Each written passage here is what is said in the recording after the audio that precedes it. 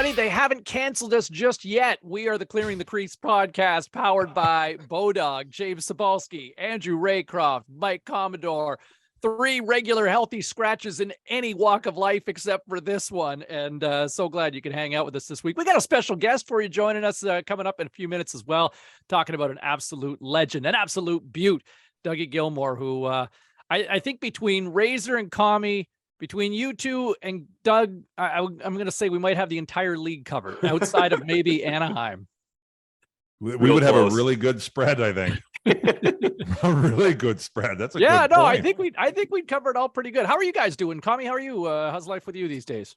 Yeah, everything's good. I'm back at the scene of the crime from episode 2, but I'm in a very different spot. I am in Old Town, but it is not the weekend. I've had a nice day today. I went and hit some balls.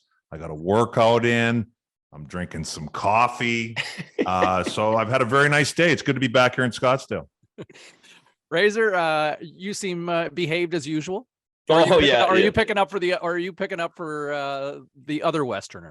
I'm gonna pick up maybe a little bit later, but still need to do the hockey run, the school run, the whole thing. So I'm still on duty for a couple more, but I'm gonna indulge a little bit tonight. I think no Bruins game, no nothing. So tis the season though, right? Yourself. Tis the season, yeah, exactly. This is the season where we become very liberal about having just start as you imbibe, right? There's the term, right? You just like to have a few. Everything gets justified, right? Oh yeah, we got to catch up before the holidays, and hey, it's Tuesday. All right, let's go to Pound Town or whatever that may be, right? 3 kids this time of year. It's stress induced as well because there's 5 new things coming on the Christmas list, and you got to move the elf around, and it's just like all right. The elf on a shelf. Yeah. The elf didn't move 2 of the first 3 days, and the kids noticed that. Yeah, it seems to happen around our parts too. The elf gets lazy at times, falls asleep too early. Tommy, are you familiar with the elf on a shelf? You know what? I am, but I literally just got familiar with it. Somebody told me about it like 2 or 3 years ago. Yeah. Somebody mentioned it. I'm like, huh?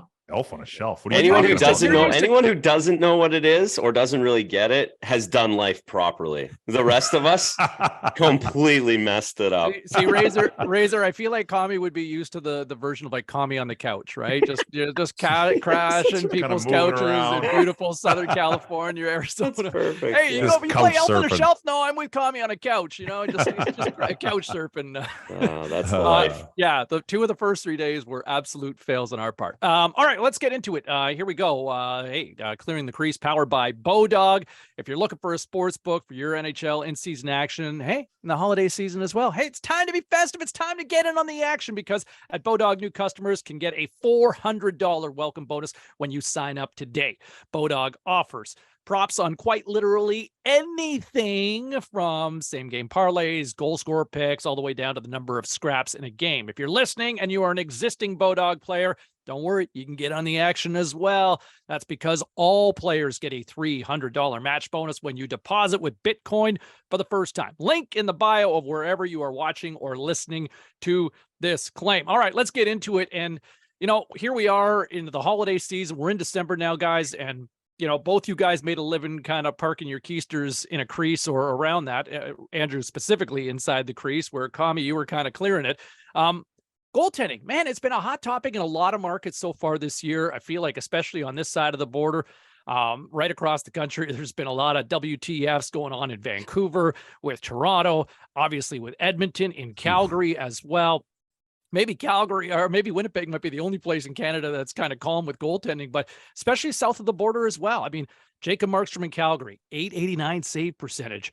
Igor Shesterkin down substantially after dominating last year. Merzlikins is down. Jack Campbell's been a disaster in Edmonton. Thatcher Demko, obviously he's hurt now, but a lot of people shaking their heads wondering what's going on with him. Can you explain this at all, Andrew? Do you have any sort of theory as to what the HE double hockey sticks is going on? Well, the main theory, the couple theories, I suppose, but the main thought is that the goalie position is so situational. It is so based on the circumstances around you and in front of you in the dressing room. The fine line that the NHL goalie is walking on a nightly basis, a weekly basis, monthly, seasonal basis. Basically, it's out of 100 shots, one shot difference out of that 100. So one shot every 3 games that goes in or doesn't go in is the difference between you being good and great, between being an all-star and being okay, from being a backup to being a guy in the East Coast League. So, and just imagine how many shots and how many plays get made and how many times guys just miss the net or hit the post on an open net, or one goes in off 3 defensemen in front of you.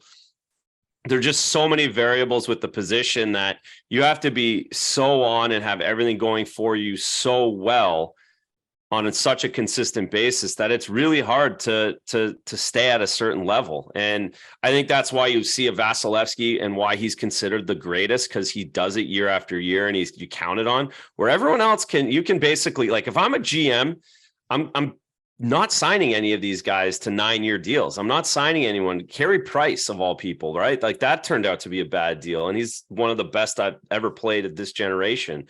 It's he's been tipping around a political that's a good one. 48 hours as well. And I'll say this quickly, just with Carey Price, completely off topic. You know, a lot of times we want our hockey players to finally start speaking up and stepping up and saying things, but man, you lived in Montreal for 15 years. Like, read the room. Like, timing. Like, it's great to speak up. And I'm a big Carey Price fan, but you know, when you're going to go out like that, I mean, just recognize the timing of the market that you've been in for 15 years. Like, you can't plead innocence on this. Okay, hold on. I'm going to sound ignorant here. Can somebody please fill me in on the Carey Price? Carey Price was basically, he took to social media and spoke up kind of from a hunter's perspective, talking about challenging what the Canadian government is looking at, the Trudeau government looking at making changes to gun laws in Canada.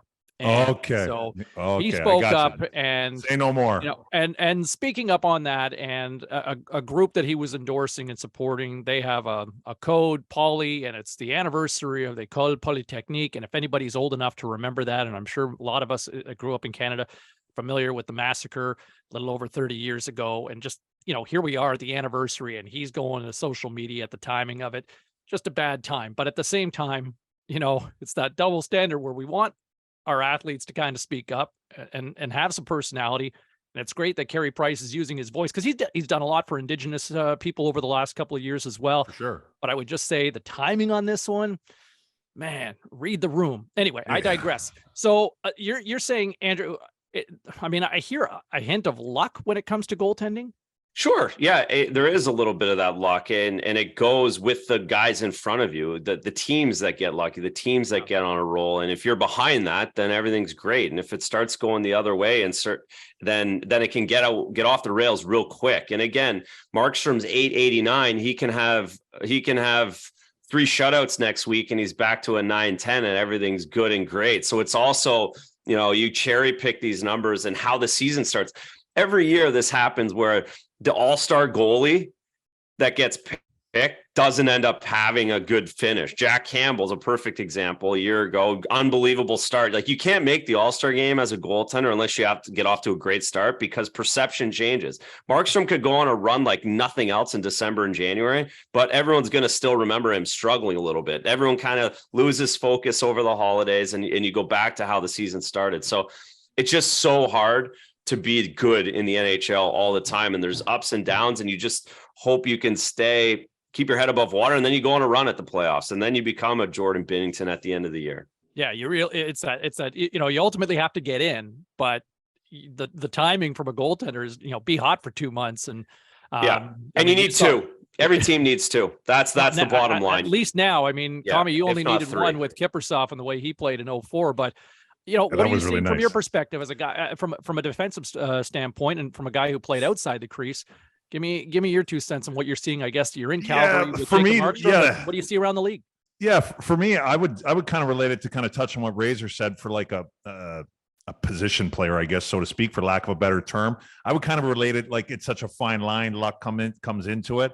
It's kind of like the plus minus stat. As much as I love it, and I love doing the green jacket, and like, you can be playing like pretty decent, and just be getting drilled with minuses. Just like as a goalie, you can be playing decent, but if I'm your defenseman, I keep leaving the back door open. It's like, well, there's not much you can do. If it just keeps A+ opportunities after A+ opportunities, I mean, they're going to go in. So, I mean, I wouldn't panic at all yet. I would say the only thing, and just to kind of sort of relates it a little bit to the plus-minus stat, where it's like, you don't put a whole lot into it, but as you're getting towards the end of the year, if you're looking at your team and it's like, well, everybody's on the team is plus 10 to plus 20, and then Mike Commodore sitting there at -8, then it's kind of like, okay. So that's kind of what I would, as the year goes on, if, and I'll use the Calgary Flames, for example, with Markstrom, and Calgary's supposed to be a pretty good team. We picked them to go to the finals. Like, as the year goes on, and they haven't been great, but they've been all right.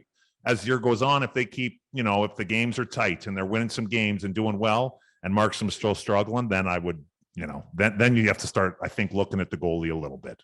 Analytical darling, Mike Commodore. Look at me bringing the green jacket in. The green jacket's the best. While we're talking about goaltending here, Jordan Binnington at it again.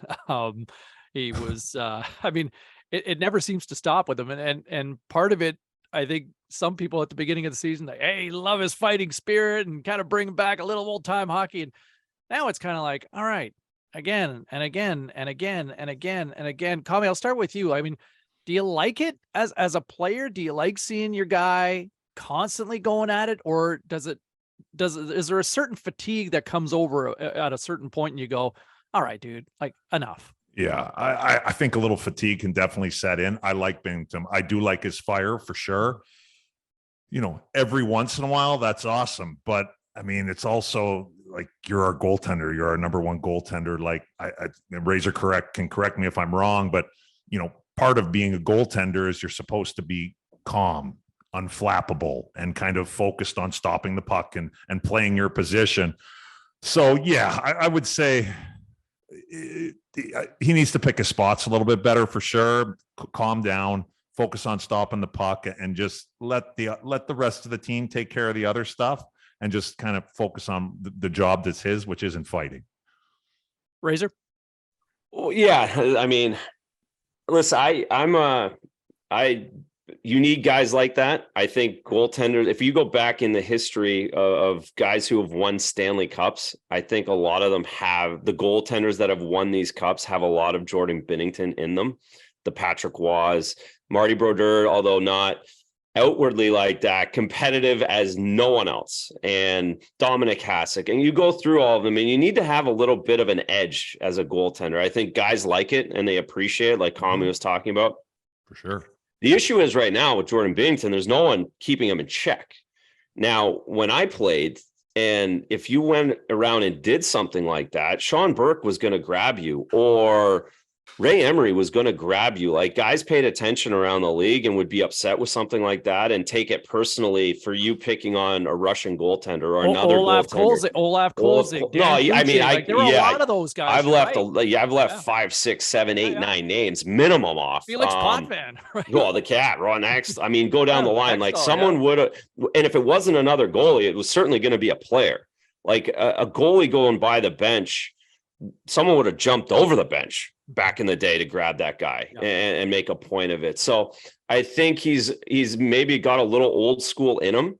And in this time and age in the NHL, there's no one really keeping him in check, or no one. So he's getting away with it. And I think the problem is that he's gotten away with it too long, where now it's affecting his team a little bit. And when Craig Berube, the old school of all old school, who was one of those guys who would jump over the bench and grab him, has finally said enough's enough. So I would imagine he's going to listen to Chief now, and I imagine he tightens it up, because unless you're winning and unless your record's 20-3, it's a tough look after 4 times this season. I mean, Craig Berube has been removed from the league as a player for at least 2 decades now, and I would still venture to guess that he'd be one of the toughest players in the league. Well, minimum. Yeah. Right, easy. Right. Yeah. Now. Oh yeah. You see him walk, you shake his hand, you're like, oh yeah. You're not messing crazy. around. He is scary. I'd thank you. I would be remiss if we didn't mention the the Toronto Maple Leafs, because it's the passion that unites us all. That was the old slogan, right? Hey, but in all seriousness, as much as the lightning rod of discussions the Toronto Maple Leafs can be, an unbelievable month of November with just one regulation loss, 11 wins, one regulation loss, and 3 overtime losses. Like, just a tremendous, when you consider injuries to goaltending, their back end absolutely decimated, which was already kind of a bit of touch and go to begin the season. Just remarkable. But I guess I ask you this, even though this team will be judged in the playoffs, are you guys believers? Commie? You know what? My Leafs, love my Leafs for the last few years. I'm a Sheldon Keefe era. You know what? I was looking into this today, and you know what? I am a believer. Short answer, I am a believer. And what kind of, if you would have told me, the Leafs are going to run off a month like that in November, I'd have been like, oh yeah, they're going to score a ton of goals. And I was looking at it today, and this kind of goes to the defense wins championships. Their offensive numbers, like, they're scoring, don't get me wrong, but it's nothing crazy as compared with the league. But if you look defensively, and especially with all those guys out, but defensively, like, goals allowed, they're 3rd in the league. Shots on goal allowed, they're 5th in the league. Their PK's 14th, which isn't great, but they're 9th in giving, like, penalties. So they're not giving up that many opportunities.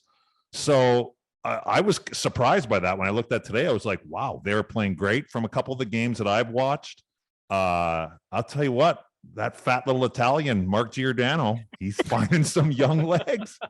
Old tank or chubby there he's found some legs. He's moving around great.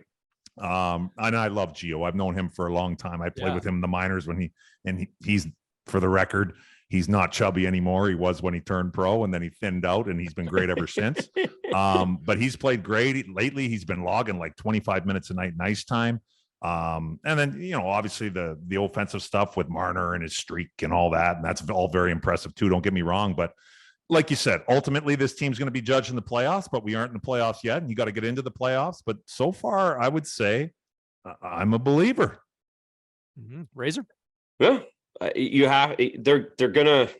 weren't ever going to miss the playoffs. We talked about this. They were going to go on a run, and then they're going to, we're still going to talk about them, and we're still going to talk about them wanting to fire Sheldon Keefe. That's going to also happen again. Which has already happened this season, right? It's happened once. They've gone on the run. It's going to happen again. Like, we're back, we're back and forth on this team, but Commie makes the best point, is that they've actually bought into some of the defensive work that they've needed over the years. And I think their goaltending, listen, I've been on the Matt Murray train. He is going to make a difference. I think he's one of those guys that makes everybody in front of him a little better and play a little bit more defensively. I think that has gotten through to everyone when they signed him. And yes, he went down with an injury right away, and that's going to be the knock. And can he stay healthy the rest of the year? That's always the big question. But when he's in the lineup and when he's around, I think this team is attentive to defense because they feel like they have a winner back there, and that they do recognize, or it feels like they're starting to recognize, that's what it's going to take. And they can't just turn on that defense in April. And I think they've tried to do that over the last couple of years, where we'll score as much as we want. We can play defense because it's just playing defense, but I think they've gotten to it a little bit earlier, and they'll be in the playoffs, and they're going to hope for a good matchup. But it seems like their defense is as a team, their identity is a little bit different this season so far. No, I think ultimately, look, they're going to be judged on what they do come round one of the playoffs, right? And ultimately, you have to figure out whether or not, whether it's Matt Murray, or who's ever in goal at that particular time that can steal a series for them. I think a lot of it is psychological with this group. Mm-hmm. But you look at what this team has weathered through the first 2 months of this year, right? It's not like Austin Matthews has set the world on fire this season offensively, coming off a 60-goal campaign. He's been good, but not spectacular. We're not talking about a Hart Trophy right now and obviously Marner's been unbelievable with a 19-game point streak and what he's done. But there's been room for improvement offensively for this team. I look at a guy like William Nylander. He's always kind of that forgotten fourth of that core up front. And he's a bright lights player. Like, that guy just is too cool for school in the moment. And you want those guys on your team, right? A guy who just give me the puck when the spotlight's at its brightest, right? A bright lights player. And Nylander seems like that guy. Ultimately, hey, they will be judged. I don't trust the goaltending. I do not trust it at this point in time. So that's where I'm going to err on the department of skepticism here. Ooh. But I really like what this team has done with what you guys have explained, how this team has seemingly matured, especially up front, where the boys have kind of grown up. They're playing like men now. There's a little more sandpaper to their game. And what Marner's done mentally, he's really rolled through it. And again, I think there's room for improvement for this team offensively as well. So, I mean, talk to me in April. I'm still skeptical, but I really like what I'm seeing from this team. Hey, we're just warming up. You want to add something on that? No, I was just going to say, if I was a Leafs fan, which I am, but if I was like a real Leafs fan, like in Toronto, I'd be pretty excited for sure. With the improvements defensively, I would be very excited. And like to nitpick, if I was going to nitpick, in OT, they're terrible, which is kind of surprising a little bit. There've been some bad turnovers, which have led directly to goals. But if they clean that up, I mean, they've been like excellent. But how can you play tight in 3-on-3? I mean, it's just free hockey at that point. Yeah, you right? can't play tight, but just no like.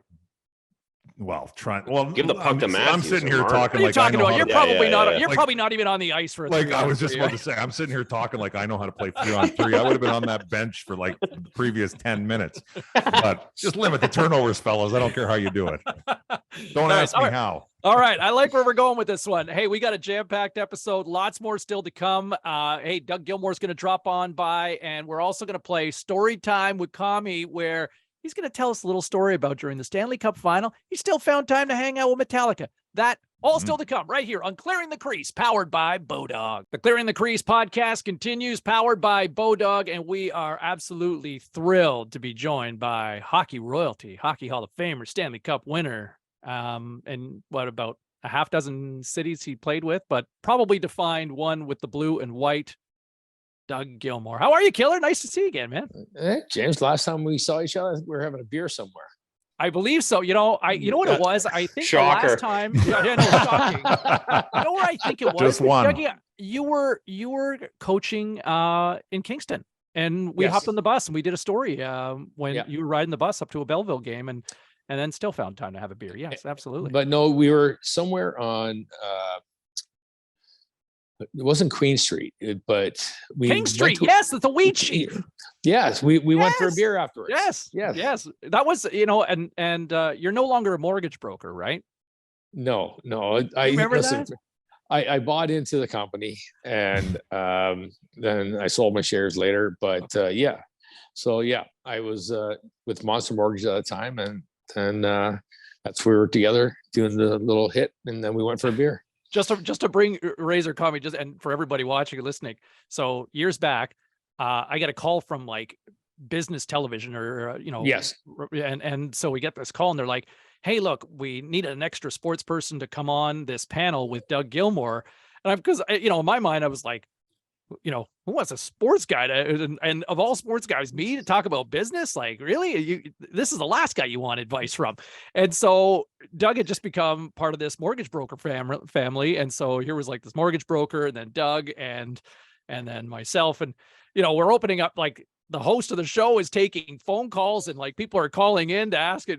Doug and I are kind of just, waiting for, hey, what do you think about the Leafs' chances this year? Right?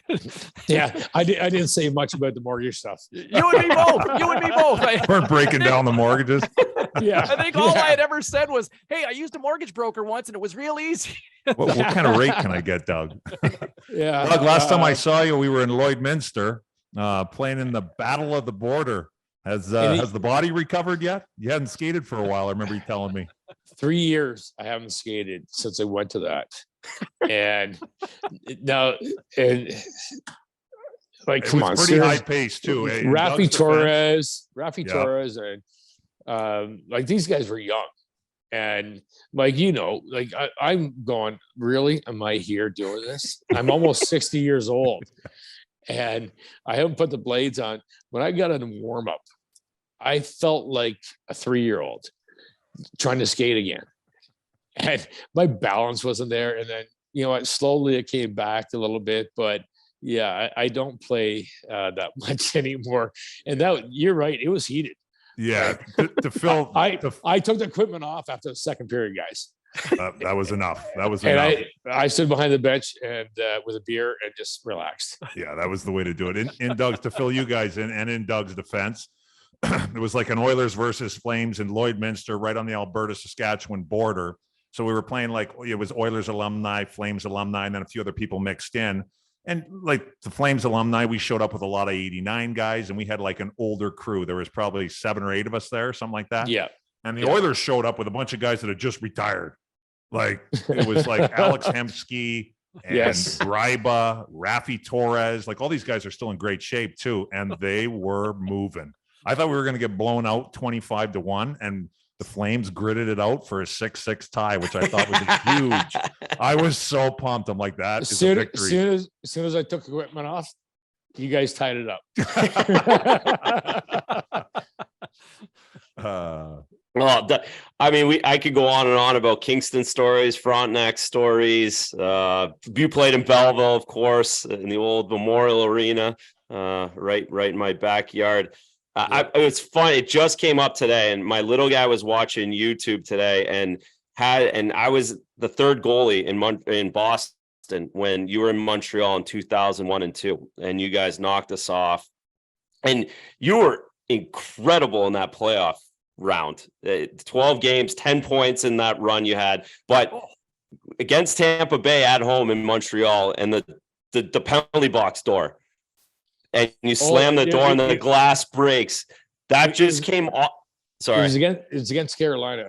Yeah, that was the second round. You guys knocked us in the first round. The second round's Carolina, and it just came on. My little guy watched on YouTube today. I'm like, I'm talking to Killer tonight. I got to bring it up quickly. Hopefully, it's not a terrible memory for you. It was a funny thing.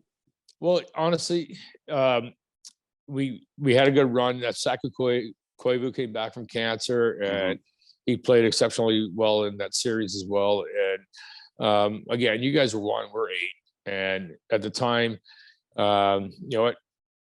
I think we have a chance here, and we did, and we found a way to win. And going into the next series, now it's like, okay, I'm on a 1-year deal. Again, when 9/11 happened, I'm retired. I wasn't playing, and Montreal called and said, "You want to come?" I said, "Yeah, sure, no problem." It's like I haven't skated in probably 3 weeks, and there's about 7 games in the season already. So you imagine I'm at home, and they call and say, okay. So I said, guys, give me 2 weeks to train though when I get there. So 2 days later, we're playing against Buffalo, my last team I played with. So Jeff Hackett gets hurt, and we lose, I don't know, 4-2 or something like that.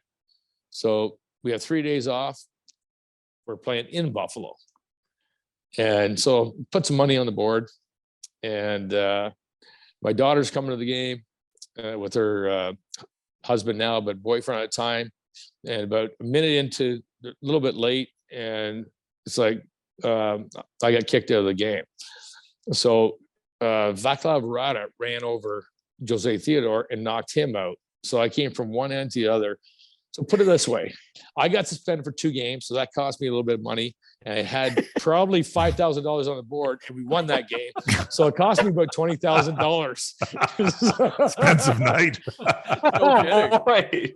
Not even a rookie dinner. Even for you.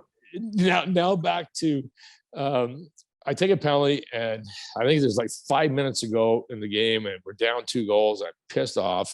I slam the boards. I put my head down. The glass breaks. And I'm sitting here going, okay, this could be my last game I ever play, and this is my legacy when I leave. So, can't be like this. So the worst is they take me out of the box and put me in the other box, so they clean all the glass up, and then and then I decide. Well, I didn't decide. I came back the next year for a little bit longer, and then but yeah. Like, come on, I'm 165, 180 pounds. I can't break glass.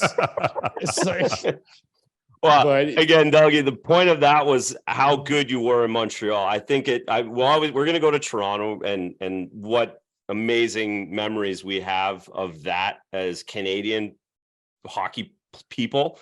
But my point was how good you are when I watched you up close in that series. It was impressive. They told me you're only going to play 12 minutes a game all year, and we got to get to the playoffs is the biggest thing. And it doesn't matter what round we face, you're playing.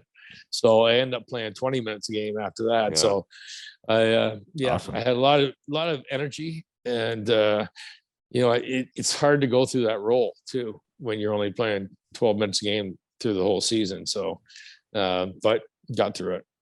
And sorry, it was a fun ride, and it's a playoffs, right? Anything can happen. So, well, I mean, you turn back the clock all of a sudden, and it was just a phenomenal run, like Razor was talking about. It's funny. I want to touch on a couple of Leafs moments here in a second, but obviously, I think most people define you now as a Toronto Maple Leaf. You win a Stanley Cup with that rock star group in Calgary as well. But, kind of with that point with Montreal, Buffalo, Chicago, Jersey, St. Louis as well. Where did you have the most fun outside of obviously winning a cup in Calgary and obviously that run with the Leafs? Well, I think the whole career was fun because, we really didn't have like the cell phones. Pictures. That makes a lot of sense. Away with more. And again, guys, we didn't charter anywhere until 9/11 happened, and we were all commercial flights. And like you were in Calgary, it was commercial flights everywhere. And you look back at it, my first 5 years in the league, played in St. Louis, and my captain / roommate Brian Sutter. And, you talk about intensity, and he would always say, he's like, how people say, don't take the game home with you. He'd say, take the frigging game home with you. And he was so intense and scared the crap out of me. And it's just something that he taught me how to compete each and every night and be focused in the game, and get traded to Calgary. And what? Come on. It's like, what a team that was. Nieuwendyk, Hawken Lou, Gary Roberts. Our fourth line center was Theo Fleury, and it's like again, Al McGinnis, Gary Suter, Brad McCrimmon, McCowan, Natras, Tana Merzen. Like our third line was Paplinski, Tim Hunter, and Joel Otto. Have fun playing against them. Oh, no shit. Then we had monster. Yeah. Then we had Mark Hunter, Yuri Herdina, Brian McClellan, GM of the Capitals, like big team. And it was a lot of fun. We won the President's Trophy that year. Obviously won the cup, and then everything was dismantled later. But then I get to Toronto, and I'm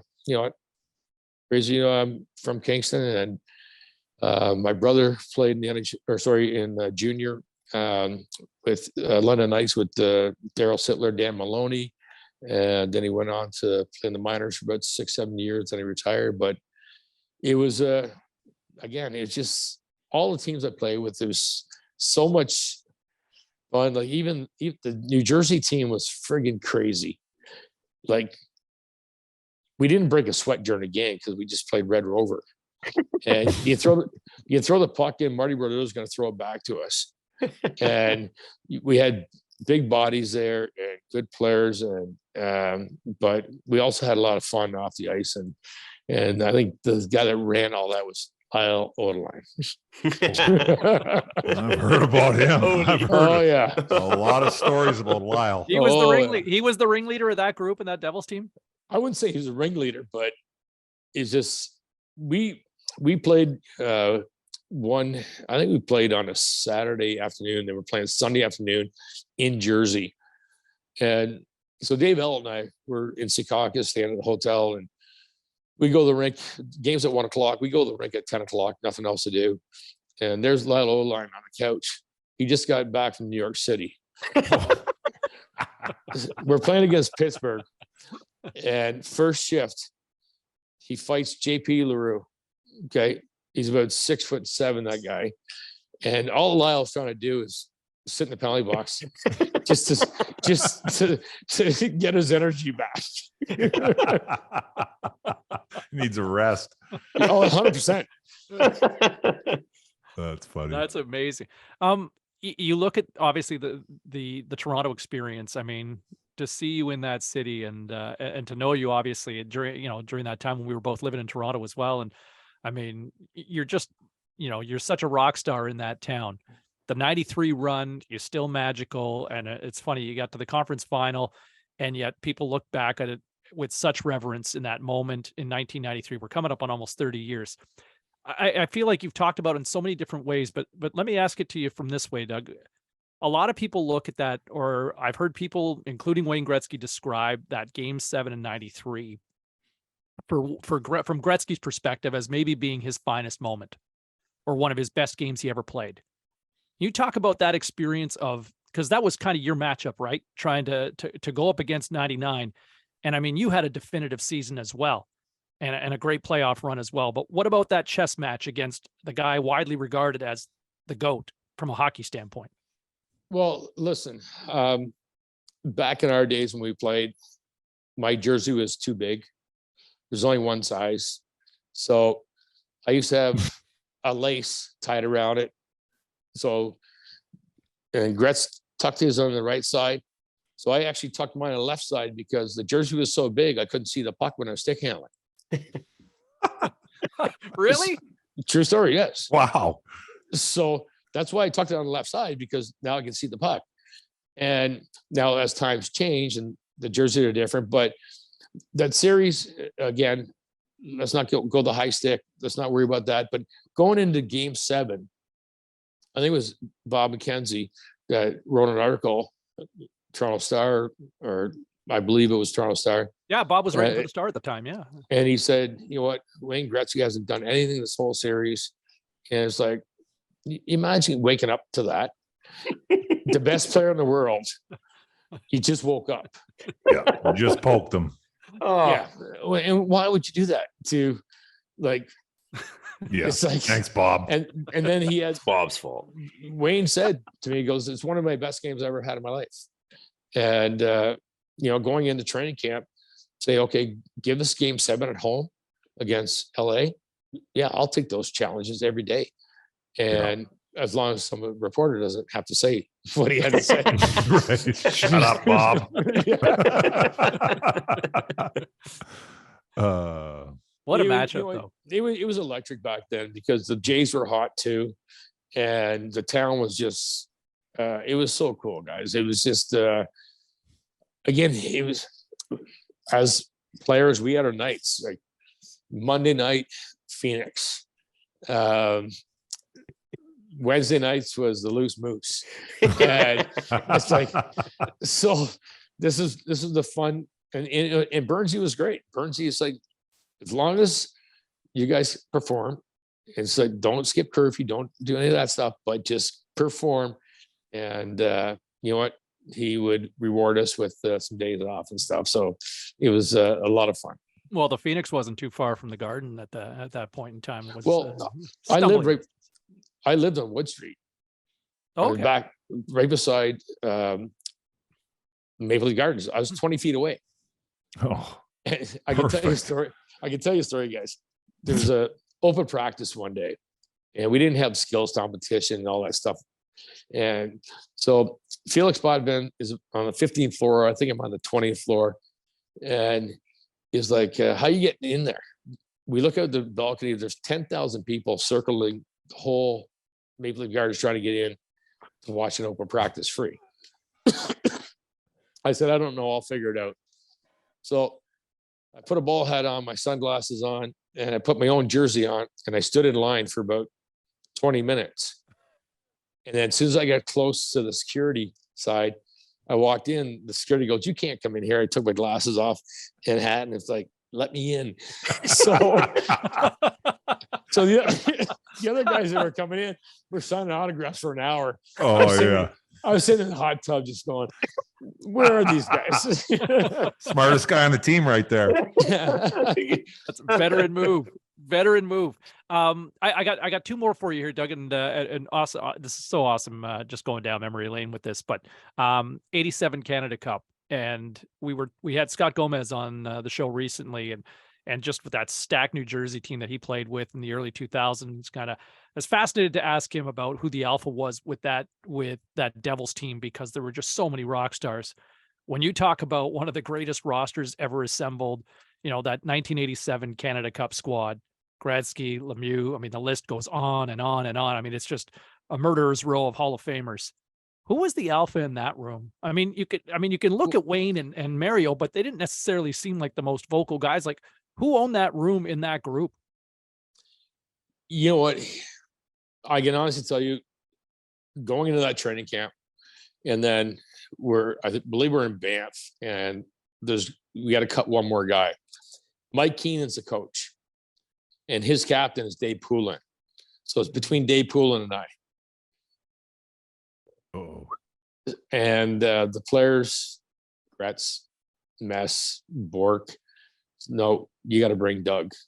So you imagine Keenan had to let Dave Poulin go, his captain. Yeah. Cut his captain. Sorry, Yeah. Dave. I'll see you later. That was a push by the players. That was pushed by the players. Yeah. Yeah. Wow. So that's cool. Again, it's again, we were down in the first period.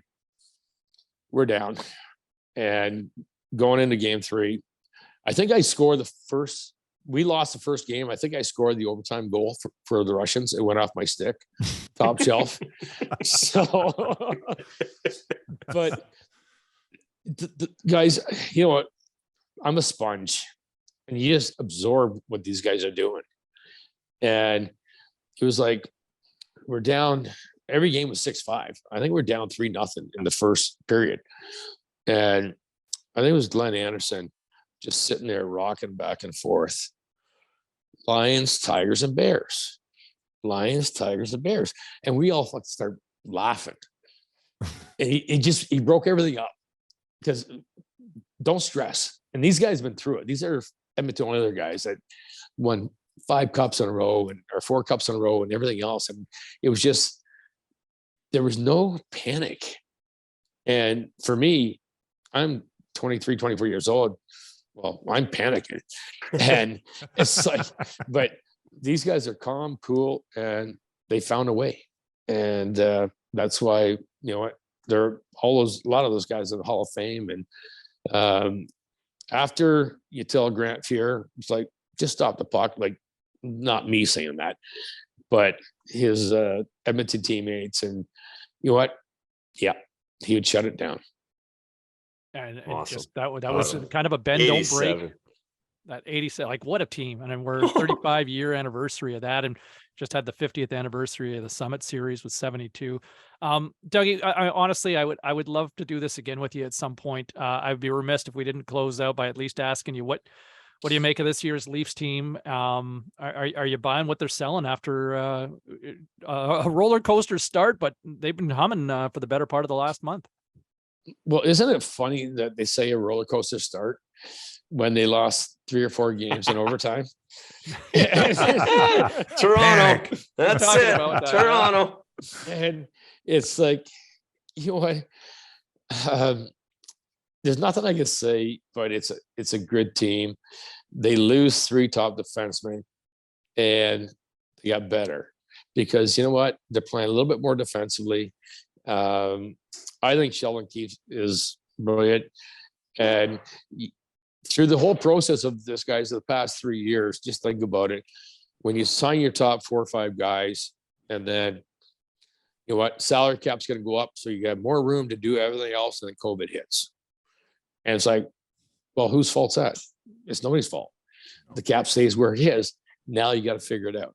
And I honestly, they're going to be fine through the whole year. And the biggest thing with Toronto, and they got to get through the first round. And if they do, they're going to surprise a lot of teams. Yeah, I think it's just getting through that mental hurdle. I'm going to call an audible here just before we go, just because, and I know my producer, sorry, Stu, don't strangle me on this one, but Dougie, you're a Kingston guy, Razor, you know, if we're talking Thousand Island love, do you got a good tragically hip story you can share with us, Dougie? Oh boy. I know they does. Yes. I feel No, like you know what? there's got to be a lot of them. Yeah. You know what? Not really, guys. It's like they're all low key kind of guys. And I'm playing in St. Louis. I think it was my second year, and I came back and playing a golf tournament, and it was the Willie Pratt tournament way back in the days. It's part of the Boston Bruins, and Grapes is there, and so I see Robbie Baker's dad, and Robbie with the long hair. And Robbie wasn't there, but Robbie and I played lacrosse together, and so sitting with my dad and Judge Baker, I said, "How's Robbie doing?" He goes, "Oh, this band called the Tragically Hip, they're doing really well." I said, "Okay, well, I'm in St. Louis. I don't know what's going on." So you're talking mid 80s here then. Oh, we're talking 83, 84. Yeah. And or around that 84, 85. And it's like, okay, yeah, I'll look into this. And then as time goes on, you get to know them. And it's just, I don't have a lot of stories with them guys, but I'm going to say the one story, their last concert was in Kingston, and be a part of that. And, obviously staying on the outside, and just great people, great band. And there's nothing better when you're kind of down in certain days. It's like, meaning you had a long drive and the hip comes on. It's like, okay, this is friggin' awesome. Yeah. So, no yeah. doubt. Well, Razor, you'll appreciate this, because I feel like it was kind of one of the songs when you were there, when you were in Toronto. But it's funny, I didn't appreciate it then in the moment, but when I hear 50 Mission Cap, I mean, I think of that arena just rocking now, and I just want to turn that up. It was never a favorite jam of mine years back when it was in its initial release, but I listen to that now and it's like, that's going up to fucking 11 right now. Right? It's just such a banger of a song. You know what? Again, you could go to when they first started. New Orleans is sinking, and it's just like, it's like Gord Downie is such a professional and obviously a poetic guy and different things, and just the way his presence on the stage and got in there, and you see him after. And he's a quiet, humble guy. And again, the whole band, phenomenal guys. And I got nothing but love for these guys, and proud to be Kingstonians with them. Gilmour, thanks for doing this. That is so much fun. And honestly, one of the coolest things. And, as a kid selling hot dogs in the Ottawa Stadium, the AAA ballpark back in the early 90s, you came and played a charity softball game, like Steve Eisman and I. With Steve Eisman. Yes. That's right. Yes. Yeah. And there was 17-year-old me somehow sneaking into the clubhouse with my grill apron, and had Dougie signing with his with a marker, getting an autograph. Awesome. And then to be able to cross paths with you all these years later, it's so cool. And I always appreciate the time, and thanks for doing this. Please come and do this again sometime. Pleasure, guys. Anytime. Yeah, we got to have one last thing. We got to have Doug back on, because my phone is getting lit up right now by one of Doug's former teammates. Oh, we got a few things we got to go over for next time. So I'm screenshotting this. We got some more stories from Doug coming, I think. Screenshotted and saved. Merry Christmas, Dougie. Hey, before we wrap things up, we've got Curtis, who goes by Leaf Guy 403 on Twitter, who's got like 1 million jerseys in his collection, including a number 93 over his shoulder. Hey, Curtis, we just wanted you to say hi to this Hall of Famer you might be familiar with, one Doug Gilmour here. Dougie! Sorry, man. You're a legend. Did I see you going for a beer downstairs when your daughter had a party down there? Yeah, you saw that. I saw that video today. That is awesome. Gilmour saw my video. I love it, man. Curtis, here's your opportunity. You got 93 with you. Yeah, give him a quick tour. Give him a tour. I got the Dougie front and center up there. This is unbelievable. Yeah. It's unreal. Wow. And then we got all the game worn buckets and gloves and some mannequins, which isn't weird at all.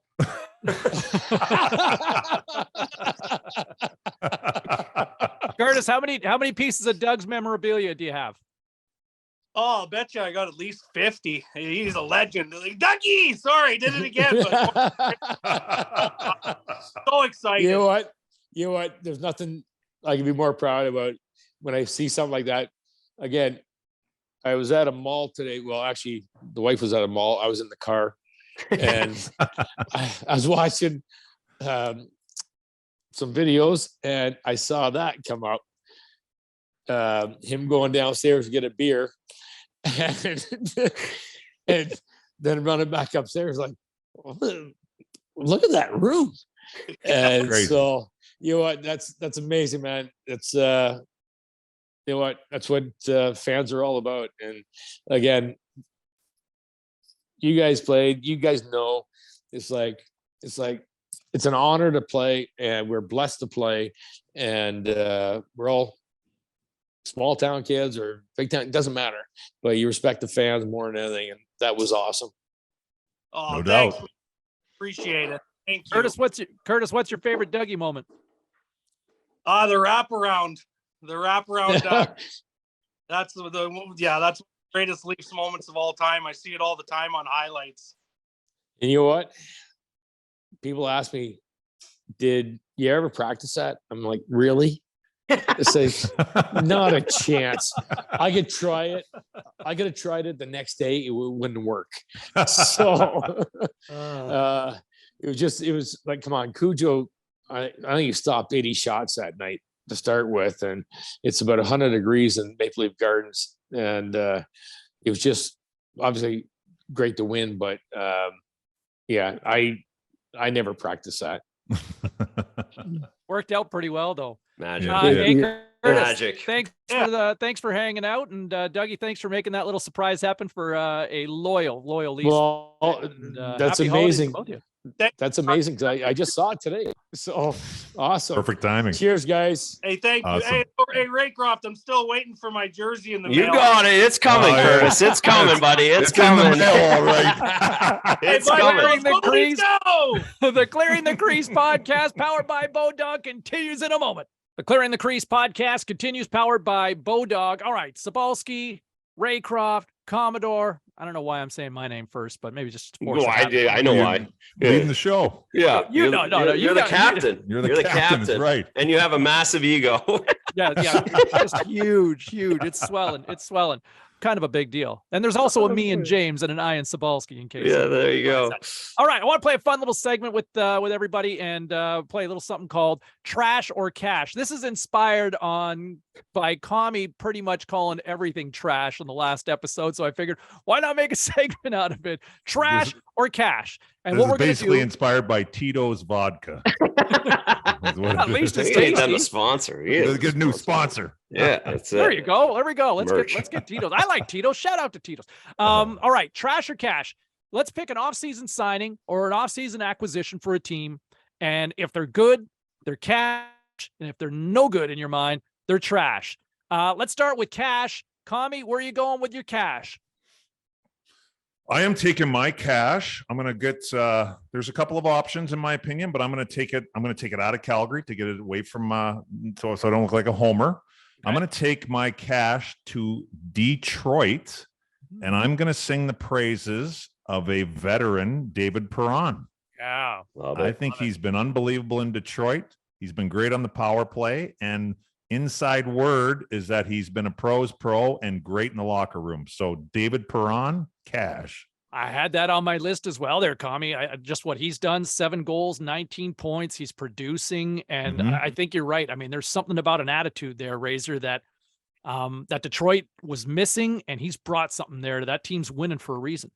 Agree, and you look at maybe where St. Louis is at without a David Perron and that missing piece, because there's a lot of talk in St. Louis about not having a guy like that. Great call, Commie. Cash money, David Perron. Thank you. My cash man, Mason Marshman, another guy maybe a little off the board, but going to Dallas is on pace to get 25 goals He's got his Dallas Stars in first place in that Central Division that we were just talking about, where St. Louis is.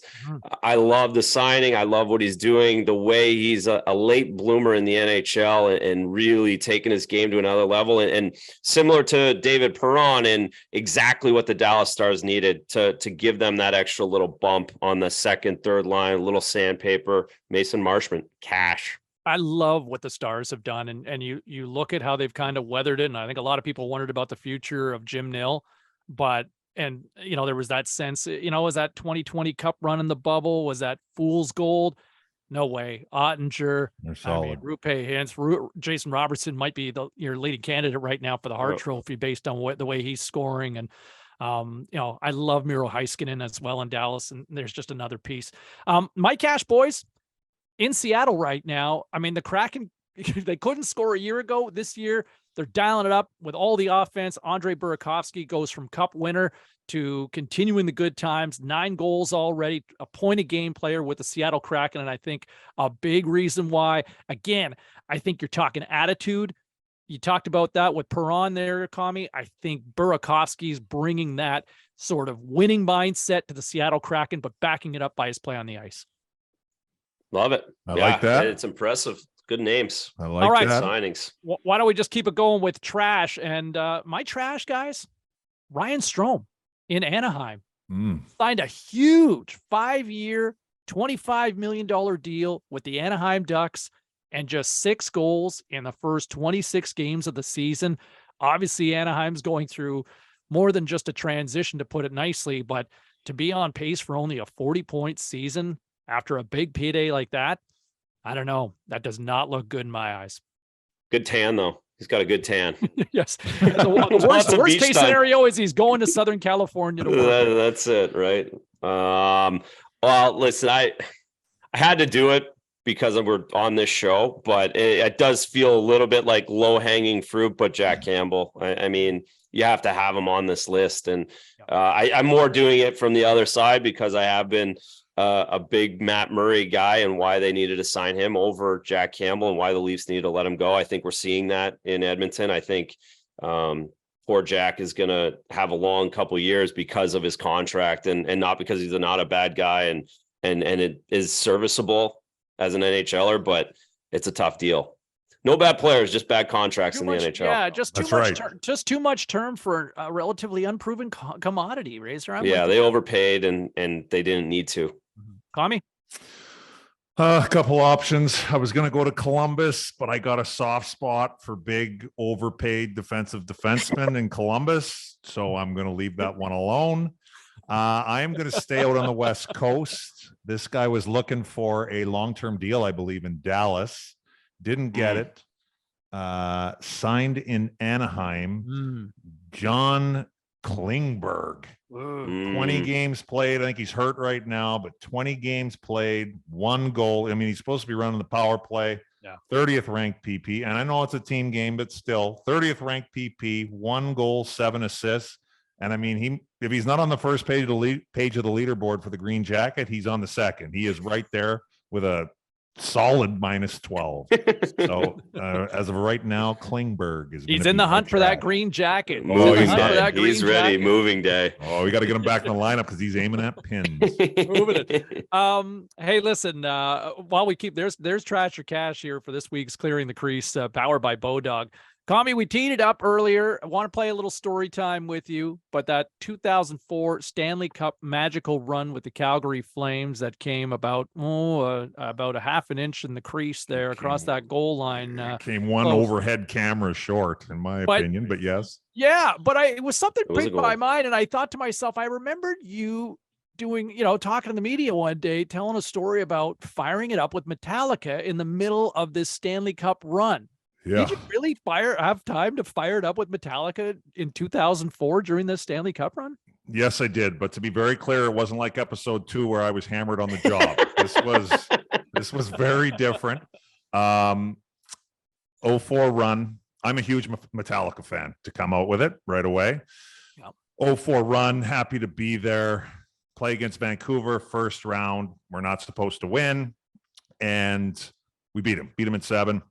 Next up, Detroit. Most people thought, hey, look, this was fun. Party's over. These guys are unreal. Hall of Famers everywhere. We managed to beat them in 6. In between the second round and the third round, when we played San Jose, we had like 4 or 5 days off. And like the next day, Metallica was coming to play at the Saddle Dome. I'm like, oh man, I'd never seen him before. I'm like, man, this would be awesome. So Chris Simon comes up to me. He's like, hey, you want to go to the Metallica concert? I'm like, yeah, I do. He's like, okay. He was friends with their new bassist, Rob. I say his last name wrong all the time, but Rob Trujillo, I think it is. Trujillo, yeah. Anyways, they're in touch. He's like, yeah, we got tickets to the concert, and then we're gonna go backstage after. I'm like, I'm trying to contain my excitement. I'm like, oh yeah, thanks, Chris. Like, act like it's no big deal. I am fired up. So it's Godsmack's opening up for Metallica. We have tickets. There's like 8 of us that go, something like that. And we're sitting what would be like pretty much right above the top of the penalty box. And Godsmack plays, and like we just beat Detroit, and the city's going bananas. And I understand it, but not really. So Godsmack's playing. They're great. The lights come on. I'm sitting there. I got long hair, look like a total clown. Lights are on, and it felt like everybody was just staring at us. So I get a tap on my shoulder. I'm like, man, this is crazy. We're waiting for Metallica to come on. Lights are on. I get a tap on my shoulder. It's this attractive female. She's like 2 rows back. I'm like, yeah. Hey. She's like, hey, are you Mike Commodore? I'm like, yeah. She's like, well, can I get your autograph? I'm like, well, yeah. She's like, well, do you have anything to sign? I go, look, I don't have anything to sign or anything to sign with. And she's like, oh, I'm like, I felt pretty confident myself. So I'm like, I used a different word, but I'm like, wow, I'll sign your breast. She's like, oh, perfect. Yeah. I'm like, well, do you have anything to use? And it was like mascara pen or something like that. And so the lights are on. Everybody's staring at us. I'm like, is this for real? She sits on my shoulder, flips her top up, falls down into my lap. So I'm like catching her head so she doesn't go like off the concrete. And I'm like this, reaching around, signing. The place goes bananas. I'm like, I'm the man right now. She gets up. Metallica comes on, kills it. We go backstage after. We're talking with Hammett and Rob, the bassist. And they're like, you guys going out tonight? I'm like, well, you guys going out tonight? They're like, yeah, let's go. I'm like, oh my God, I'm going to be out with Metallica. They're like, well, where are you going? I'm like, Cowboys? Actually, I shouldn't even say that. It was Chris Simon talking. I'm just sitting there listening. And I'm like, yes, I'm going out tonight. So long story short, we go to the bar. It's already packed. It's crazy. Like I said, we were getting treated like rock stars. We go upstairs. I'm like, hopefully, it'd be nice if they show up. We're not really expecting it. All of a sudden, up the back staircase, Rob comes up. And Lars, the drummer, comes up, and it was insane. Like the place basically exploded. They needed all the security upstairs, like pushing people back. And I found out that night, I didn't know that Metallica's huge Sharks fans. They didn't wear a Flames jersey during the concert because they were cheering for the Sharks. So anyways, ended up having a great night. I remember sitting on the pool table with Lars talking hockey. For I don't think I got home till like 6 a.m. It was unbelievable. To this day, the greatest night of my life. That's amazing. It was awesome. It was awesome. There were some other things that went on, but I can't share them, but it was awesome. For whom the bell tolls. Well played. Man, I miss those days. Hey, listen, that's just outstanding. All right, Commie, nicely done. Hey, we have a chance to win a free jersey courtesy of BODOG, and all you got to do, and I'll keep it real simple, reply to this jersey, free jersey alert. If you want to win a free NHL jersey courtesy of BODOG, reply to this video. And for all of you people that just simply write Leafs jersey, Canucks jersey, Sharks jersey, put some freaking creativity into it, all right? You got 2 guys who played a ton of games in the NHL. You want some perspective, ask a logical question, and you too can skate off with a beautiful brand new NHL jersey courtesy of your friends at BODOG. This week's question, boys, coming from @JoeyLeafsKeefe on Twitter. Gentlemen, what's your go-to meal, boys? And is it before or after the game? Razor? Oh, there's not many games being played in my house anymore. But at the time, the go-to was certainly something that guys don't eat anymore at all is the old penny vodka with the chicken parm and just carb loaded a pregame meal and have a 4-hour nap before the game. Certainly not scientific anymore, but that was the go-to, the penny vodka. Oh, mama, that's one I try not to miss even now. Chicken parm, man, like it's amazing how many players that's the staple. How about you, Commie? When I was at home in Carolina, my staple meal was I always went to the macaroni grill and ordered some kind of pasta. Where if I ate it today, I'd weigh 350 pounds. And when I was on the road, they'd always have, the spreads were unreal, like steak, chicken, salmon, and all the pasta salads and all that. So I would just try and pick a little bit of each and just kind of bring it all together.